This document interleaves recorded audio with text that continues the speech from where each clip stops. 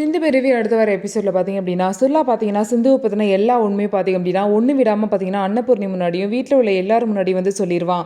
ஆனால் பார்த்தீங்கன்னா வீட்டில் உள்ள எல்லாருமே அன்னபூர்ணியுமே இதை நம்ப மாட்டாங்க. ஸ்னேகா பார்த்தீங்கன்னா நீங்கள் ஒன்றுமே பண்ண மாட்டீங்க, நீங்கள் சிந்து மேலே பாவம் பார்த்து அவளை ஒன்றும் பண்ண மாட்டீங்க, நானே அவள் தாலியை போய் அத்துடுறேன் அப்படின்னு சொல்லிட்டு ஸ்னேகா வந்து சிந்துவோட தாலியை அக்குறதுக்கு வருவாங்க.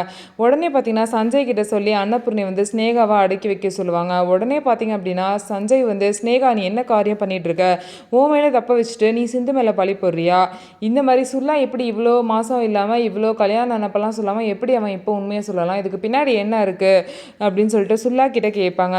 சுல்லா அவங்க அம்மா வந்து ஸ்னேகாவோட ஹாஸ்பிட்டல் அட்மிட் ஆயிருக்காங்க அப்படி தானே, ஹார்ட் ஆப்ரேஷன் பண்ணணும், அதுக்கு வந்து நிறையா லட்சம் பணம் தேவைப்படும், அதுதானே அதனால தானே இந்த மாதிரி வந்து பொய்யா வந்து சாட்சி சொல்லு, நான் அவங்க அம்மாவுக்கு ஃப்ரீயாக பண்ணித்தரேன்னு சொல்லிட்டு ஸ்னேகா சொல்லியிருக்கா, அதை கேட்டு தானே அவள் சொன்னதெல்லாம் நீங்கள் வந்து சொல்லிட்டு இருக்கேன்னு சொல்லிட்டு சுல்லா கிட்ட வந்து பார்த்தீங்க அப்படின்னா இந்த மாதிரி கேட்பாங்க. உடனே வந்து பார்த்தீங்கன்னா ஸ்னேகா அதெல்லாம் இல்லவே இல்லை, சுல்லா சொல்கிறதெல்லாம் உண்மை, நீங்கள் தான் நம்ப மாட்டேங்கிறீங்கன்னு சொல்லிட்டு ஸ்னேகா எவ்வளவோ போராடுவாங்க. ஆனால் யாருமே நம்ப மாட்டாங்க.